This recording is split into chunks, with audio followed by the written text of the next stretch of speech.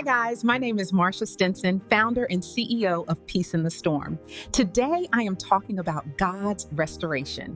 Before starting the video, please subscribe to my YouTube channel, hit the like button, and comment any questions that motivate me to make more videos. So let's start the video.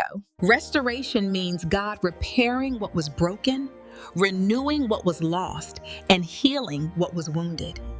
Joel 2:25 says, I will restore to you the years that the locust has eaten. This tells us that no season of loss is wasted when God is involved. God does not only restore things back, He restores time, joy, peace, and purpose. Jeremiah 30:17 says, I will restore you to health and heal your wounds, declares the Lord. God's restoration reaches deep into your heart, your mind, and your soul. Healing is not just physical, it is emotional and spiritual as well. Acts 3:21 speaks of the time of restoration of all things, spoken by God through his prophets. This means restoration is part of God's eternal plan.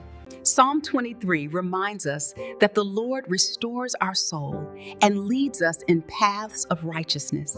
Even when life drains you, God knows how to restore your strength.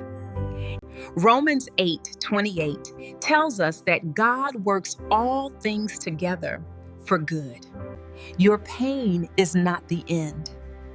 God is still working behind the scenes. Restoration is proof that God's grace is greater than your past. What the enemy meant for harm, God uses for healing.